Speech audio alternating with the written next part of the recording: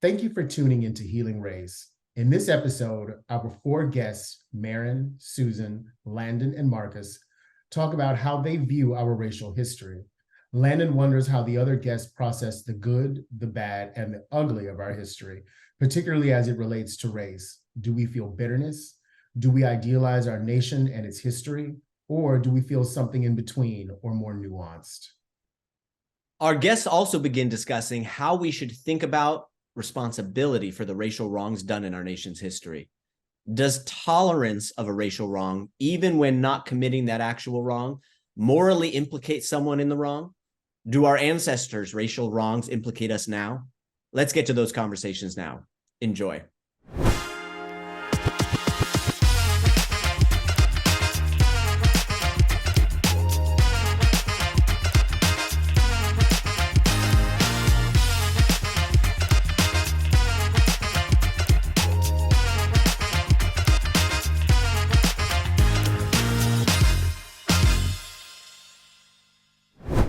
I kind of mentioned what, the idealized history looked like for a person in a typical conservative area, I would say. And I wanted to know, how do you guys view United States history? There's some people are really bitter about it. Some people just have this religious viewpoint that it's straight from God's hand. And then there's all the mess in between. And so how do you think about it, and where do you draw strength from your history, your story, and what values and character came out of it?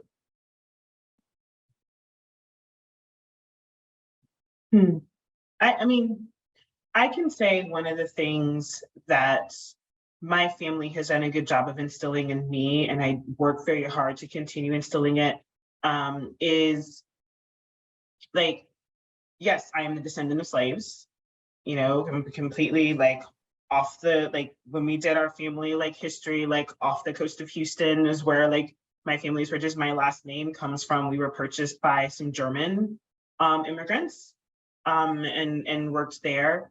And, our history is very, very complex, where I would say I don't have a bitterness towards quote unquote the United States.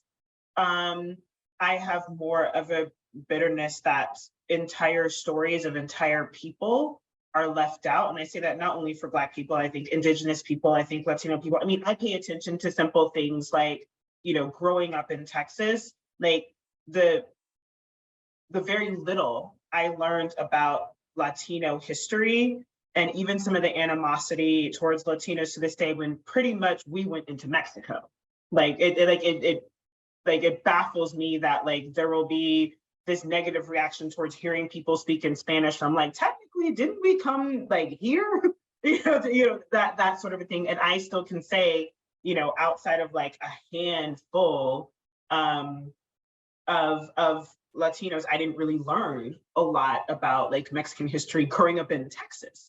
I also am very wary when people talk about, particularly Black people, and the victimhood narrative and everything like that. And I say, no.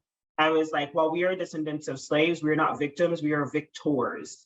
If anything, I look back on the fact that, 7, 8 generations ago, my family was bought off the coast of Houston to be where we are today and to have survived Jim Crow. And my family, we have a lot of stories. I mean, my uncle accidentally drinking out of a whites only fountain, and my great grandfather having to sit up with a shotgun waiting for the Klan. Those sorts of stories to come to where we are is one of unbelievable triumph, unbelievable pride, unbelievable faith. Faith is a big part, in my family. And so when there is kind of this narrative that seems to come from conservatives around don't teach that, you're just feeding into them being victims. I feel it's actually, are you trying to rob us of a story that should give us unbelievable pride that literally we can overcome anything, if we're really taught about what it is that we overcame. So that's more of the view that I have. I mean, I guess I just fully understand that I don't know the full history of the United States because there's still so much that I am learning about Black history alone. And I'm not even going to pretend to touch on Asian, Native American, just all the different populations of people who all have their own stories. being here. I mean, Todd, last time I was in DC, I went to the US Holocaust Museum for the first time. I have my own opinion. I think some of that, I think they were getting some of that a little whitewashed, a little wrong. But like just this very patriotic, like we were the heroes of World War II. I was like, we knew that was going on for a long time. Stop it. But but still, it was my first time seeing certain images that I was like, you know what? There's a lot I just don't know. But I think we have to be okay with knowing that not everything is black and white, good and bad. I mean, even amongst all of the populations that we all kind of come from and identities that we represent, no one is like the good guy and the bad guy. Like we all have just like these really complex, and we just, for some reason, as a nation, we have a tough time with nuance. It's like, George Washington, hero or villain? What do you think? Right? Martin Luther King, hero or villain? What do you think? And I'm like, I don't think it's that simple. Like, why are we like almost encouraging this simplistic thinking rather than really paying more attention to the nuance? Yeah. That's really nice, Marin. Thank you. Yeah. Who wants to go next? I would just agree with Marin. I don't think I necessarily have a resentment or a problem with American history or the history of the United States. It's more so the disregard or the attempt to whitewash it and just act as if everything is fair and, oh yeah, the black people, they were slaves, but we're all good now. Like it's the disregard for calling a spade a spade. And so that would be the problem that I have. I don't have a problem with the history of the country, just more so when you think of teaching the facts and diving into it and unpacking it, it's as if we don't want to go beyond being superficial. It's more so, no, it didn't happen that way. Let's not talk about that. That's in the past. We're good now. So, and Marcus, what would that education look like to you? Diving into the facts and diving into the nuance of it all. Like, what would you like to see? I would like to see it go beyond a headline per se, go beyond Martin Luther King, go beyond Rosa Parks. Let's talk about what happened and just unpack it all and tell the truth and just be real about it. It's horrific. It's very horrific. It's a lot to unpack, but it is what it is. And if we don't want to repeat what has already transpired and happened, then let's talk about it all. That's the only way you're going to prevent it from reoccurring. So it seems like there's a sense from the two of you, in before we move on to Susan and Landon, how they experience history. There's a sense that, just to relate it to Landon's story specifically, because Landon, you said you kind of got that superficial history is basically what I heard from you. And so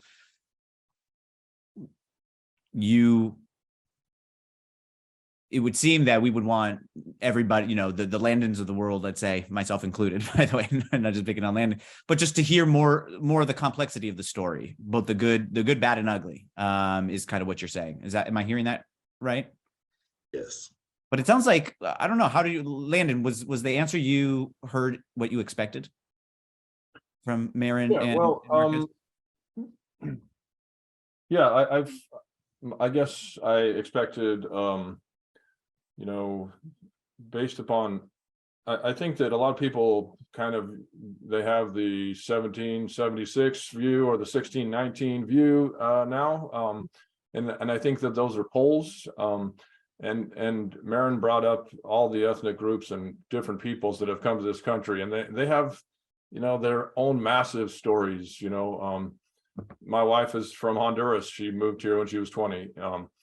So she has her own story, her culture, that has become part of me. And so, it's hard for all of us to understand all of those stories, but each story is just complex, and the people, each of us are, this massive interactions of experiences and evolving interactions, and so like has been mentioned, I think it's really easy to bend people into poles, you know, and it's also easy to do that with history. Did you see those polls as being kind of like the US history was horrible, we just need to feel horrible and guilty and upset about it all, versus like our history is amazing and like we are the enlightened ones and we brought all that is wonderful to the world in terms of how to govern ourselves? Is that the kind of, is that what you're saying with the 1776 versus the 1619? Yeah, to some degree. I mean, I'm exaggerating, but yeah, right.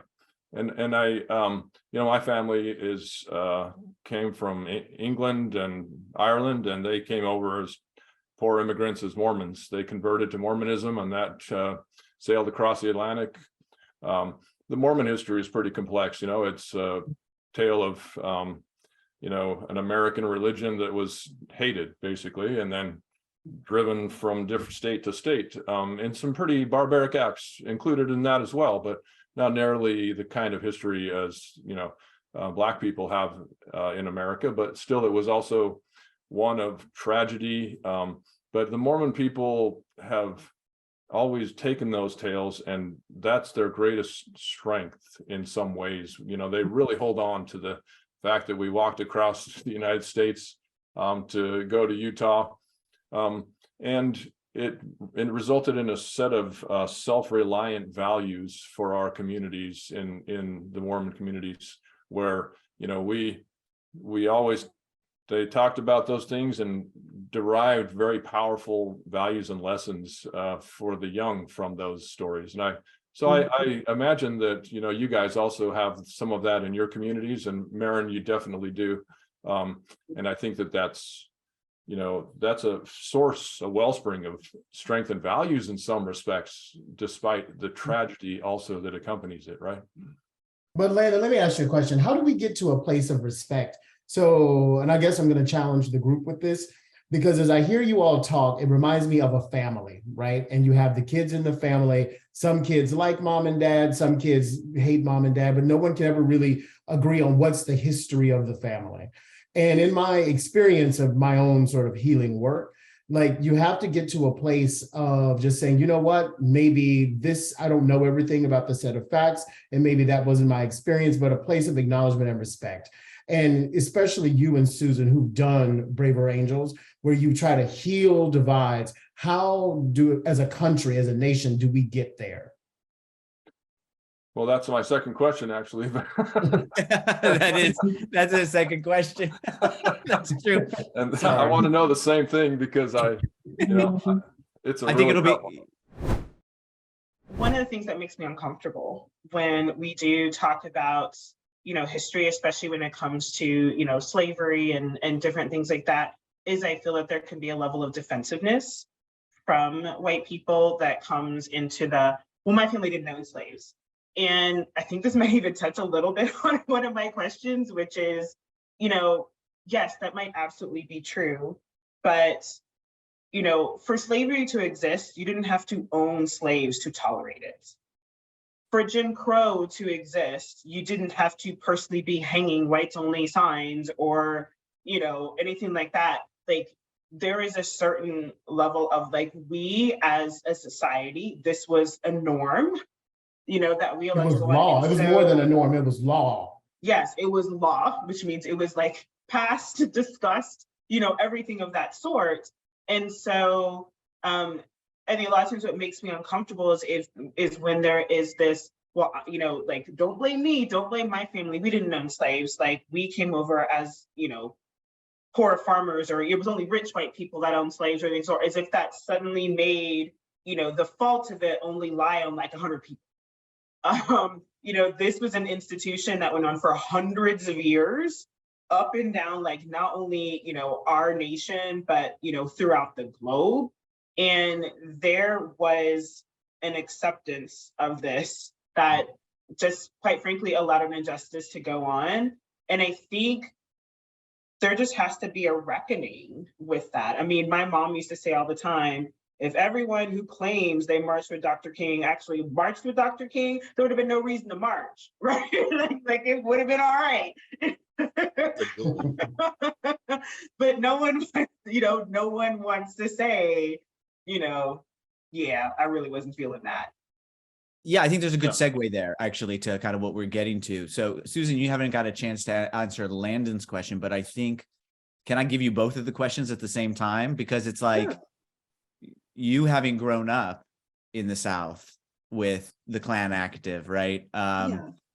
Probably have an interesting connection to kind of history and present. And how do you deal with those tensions? And how do you answer kind of the, Marin's question as well around where does responsibility lie for the history that we have? I mean, I clearly have just full disclosure, I think I said my grandparents were in the Holocaust, right? And Marin, you mentioned, how long it took for us to intervene. And there's countless stories. One of the stories in history of recent history that makes me the most emotional is Rwanda, for the very reason that we didn't go in there. And it was, I'm an American, I watched a documentary. I'll say this one last thing and then turn it over to you, Susan. Probably the time I've cried, and, I've had reason to cry in my life, but the time that I broke down the most in my life was watching this documentary called Ghosts of Rwanda. And, there was someone who escaped from Rwanda, who was a Tutsi, and made it over talking to the administration. I don't know if he was talking to Clinton. She was talking to Clinton's chief of staff. And the answer was, about intervening and what was going on. And the answer was, America doesn't have friends. America has interests. Mm-hmm. And the thought that we just have interests, that we don't have a motivation to preserve humanity, lives, was just, hit me to the core, especially being the grandson of Holocaust survivors, right? Mm-hmm. So I very much resonate with some of kind of what you're saying, Marin. I don't know, Susan, how do you feel about all of it? What does it spark in you? It sounds like that was an epiphanal moment for you. I call those the epiphanies in my life, where something just strikes to the core and just changes me fundamentally almost in a moment. Yeah. Well, just talking about history and epiphanal things and that I learned about history, it was mostly kind of, to answer Landon's question, it was mostly the sanitized version that he was talking about. This happened and this happened and these were the great people and here's how we should feel about them and rah, rah, US, look how far we've come. We learned about the civil rights and everything, but I think it was largely sanitized. And I resonate with what Marin said about, big gaps in learning about things like that. I didn't know about Tulsa until a few years ago. How is that? Oh my gosh, is that, that's my fault for not knowing that. So yeah, there's just too much glossed over. And you talk about Rwanda, interesting, because I was in Rwanda. I desperately wanted to go to Africa in 1989. I went to Rwanda, and it's pre-genocide. And then went again with my husband. After we got married, we went there on our honeymoon in 2006. So to see pre-genocide and post-genocide, Rwanda was a fascinating thing. And it hurt me to my core because, watching the genocide happen, knowing that people I had met there and helped me greatly while I was there, chances are they might have been slaughtered. I don't know. And how did you feel knowing that the white Belge divided these people into the Hutu and the Tutsi, and through their normative practices, kind of use some of Marin's parlance, that's what led up to that genocide? It absolutely did. Yeah, and I read Paul Rusesabagina's memoir and just tried to learn more about it, having visited there and wanting to know more about why that happened. And it was foisted upon them. It was an artificial construct of who these people are divided. And then the words that people were hearing about the other. And so when people say words aren't violence, but, it's a cycle of words lead to violence and violence leads to words, and they feed each other. And it was words in Rwanda that made that happen. It was radio blaring constantly that this other group, they're cockroaches, they're below humanity. Anyway, very, very eye-opening. Sorry, I think I'm deviating from your question. I have so many thoughts in my head. It's hard to. You learn the sanitized version. Yes. You also and you saw in your upbringing, you got to see some of the relics of yes. Yes. And in fact, the Civil War was sometimes called the War of Northern Aggression, stuff like that, just crazy stuff. So yeah, it was glossed over, but then I just remember having like epiphanal moments, like learning about the Holocaust. I remember, being in high school and seeing a film about the Holocaust, and like a moment that just changed my life of seeing that. But then I didn't hear enough about. In learning these things, did you ever view your race differently? White people as a group? Yeah. Yeah. What shifted for you? Just feeling ashamed about these this could happen, you know, amongst human beings. I mean, aren't we all just human? I just mean, just feeling just ashamed of that things like this can happen in the human race, and about Rwanda, and just feeling ashamed about that. And in fact, the second time I went to Rwanda, Bill Clinton was there at the same time. He was staying in the same hotel, and the people there told us it was because he felt such guilt about not doing enough. That he was Same doing thing as that much as made he Todd could. cry. Yeah, Yeah, but anyway, no, he has a lot of remorse. Yeah, he puts a lot of energy toward Rwanda now because of it, actually. yeah, yeah. Where do you Anyway. think, to get to Marin's question, where do you think responsibility lies? Oh, So that we is talked about history being complex. yeah, There are these things to draw strength from, which has come up, you know, but there's obviously atrocities, you know, horrible things. I forget what words, Marcus, you used, that it aren't getting taught in their fullest way, right? Yeah, I don't know. Where do you think responsibility lies, and how do we handle that in today's world? And then if you just want to pivot to your actual question, because I think a lot of it could relate to kind of how we approach changing society. And if you want to give the backstory to that as well. Well, yeah, but about Marin's question about how do we deal with it now and deal with the past, I certainly think we should be teaching all of this in schools. And I hate that there's, like in Florida, what they're doing of trying to erase stuff from history books is just, what in the world? I mean, you've got to have open conversations about this and learn about these things in order to, you know, we have to look back to know where the future, where to go in the future. I just don't understand the wanting to sanitize all that and get rid of books and phrases and CRT, and people trying to lump all these things and call it CRT to try to demonize the whole package is craziness. I don't understand that. It's awful. It's censorship that, boy, kids, you know, are not going to benefit from that. It's going to hurt them, I think. So that's, I don't know if that hits on what Marin said much at all, but we need to learn. Thank you for watching this episode of Healing Race, and stay with us for a scene from our next video. If you want to see more conversations like the one you just watched, please subscribe to our channel, share this video with friends and family, and like and comment on the video below. If you'd like to be a guest on one of our episodes and have an open, real conversation about race, email us at guests@healingraceshow.com. And if there are topics you think we should cover, we'd love to hear them. So please email your ideas to topics@healingraceshow.com. As always, thanks for your support. We look forward to continuing the conversation with you. Now, here's a scene from our next Healing Race. Marcus, what are your thoughts on protest and community, and I mean, exercising, you know, that right vis-a-vis the vitriol that's coming toward law enforcement?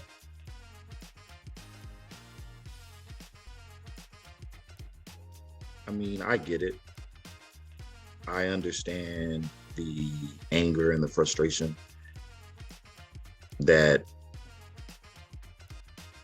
people have, particularly Black people. I understand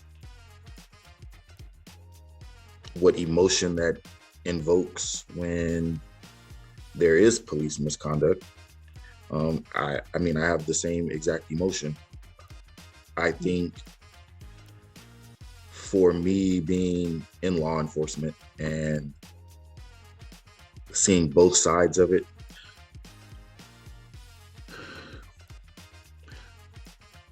Marin